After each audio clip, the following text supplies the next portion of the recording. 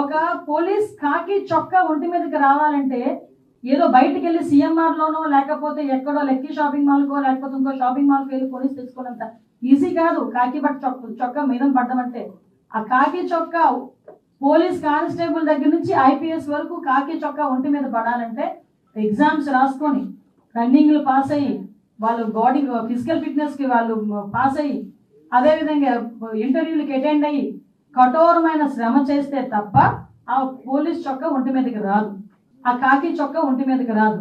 అటువంటి కాకి చొక్కా నేను ఓడదీస్తాడట. అది కూడా ఒక ఎక్స్ సీఎం మాట్లాడే భాష ఏమిటో నాకు ఒక అర్థం కావట్లేదు. అందులో ఆడవాళ్ళు ఉన్నారు. అనంతపురం ఎస్పీ ఒక లేడీ, అనంతపురం డిఐజీ ఒక లేడీ, అక్కడ చాలా మంది లేడీ పోలీస్ కానిస్టేబుల్స్ ఉన్నారు, లేడీ ఎస్ఐస్ ఉన్నారు. అలాంటి వాళ్ళ గురించి బట్టలు కూడా తీస్తాం అలాగే ఇలాగా మాట్లాడుతూ ఉంటే సిగ్గనిపించట్లేదా? సంస్కారమేనా అది? కనీసం ఒక సంస్కారంతో కూడా మాట ఒక ఎక్స్ సీఎం గా మాట్లాడాలి అన్న ఇంగిత జ్ఞానం లేకుండా ఎక్కడికి వచ్చి మాట్లాడుతున్నాడు? ఇది ఒక విక్టిమ్ హౌస్ దగ్గరకు వచ్చి మాట్లాడే పరిస్థితి. ఒక ముసుగు మాత్రమే. నిన్న జరిగిన అరెస్ట్ కూడా, చేబ్రోలు కిరణ్ అరెస్ట్ కూడా ఒక ముసుగు మాత్రమే. ఎందుకంటే హోంమంత్రి అనిత గారు, అంటే ఇప్పటి హోంమంత్రి, అప్పుడు తెలుగుదేశం మహిళా అధ్యక్షురాలుగా ఉన్నప్పుడు అమ్మా అమ్మా అని పిలుస్తారు ఆ పార్టీలో, అది ఏ ఉద్దేశంతో పిలుస్తారో అని చెప్పి చాలా చెప్పనల్లవి కాని విధంగా ఆవిడ ఆ రోజు మాట్లాడారు కదా. మరి ఆవిడ మీద ఎందుకు కేసు పెట్టలేదు? మీకు మహిళలంటే చాలా గౌరవం కదా, పెట్టరు.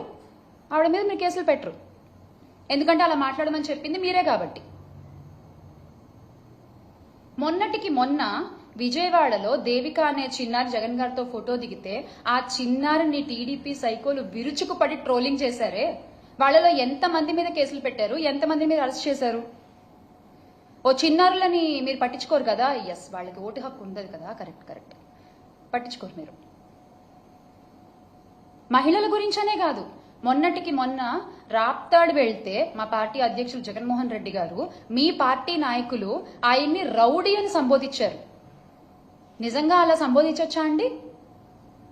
అదా మీరు ఒక మాజీ ముఖ్యమంత్రి వర్యులకి ఇచ్చే గౌరవం? మరి అలా మాట్లాడిన వాళ్ళని మీరు ఎందుకు అరెస్ట్ చేయలేదు? వారిపై ఏ చర్యలు తీసుకున్నారు? ఇదంతా ఒక నటన.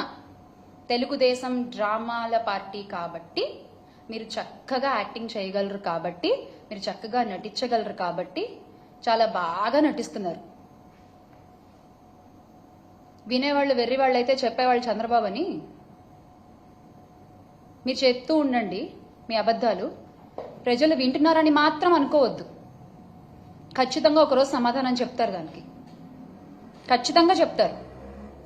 మీ వికృత వికటాట్టహాసాలు చేస్తున్న యూట్యూబ్ ఛానళ్లు, అకౌంట్లు, యజమానులు ప్రతి ఒక్కళ్ళు చంద్రబాబు గారు, లోకేష్ గారి మనుషులే.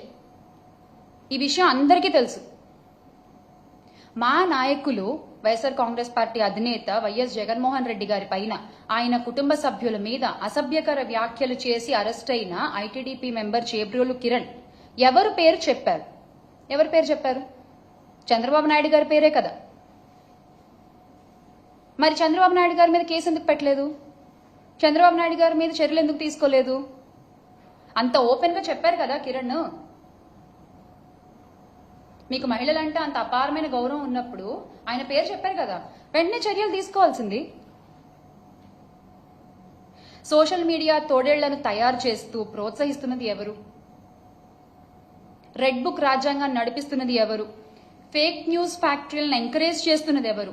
వ్యక్తిత్వ హననాలకి పాల్పడుతున్నది ఎవరు?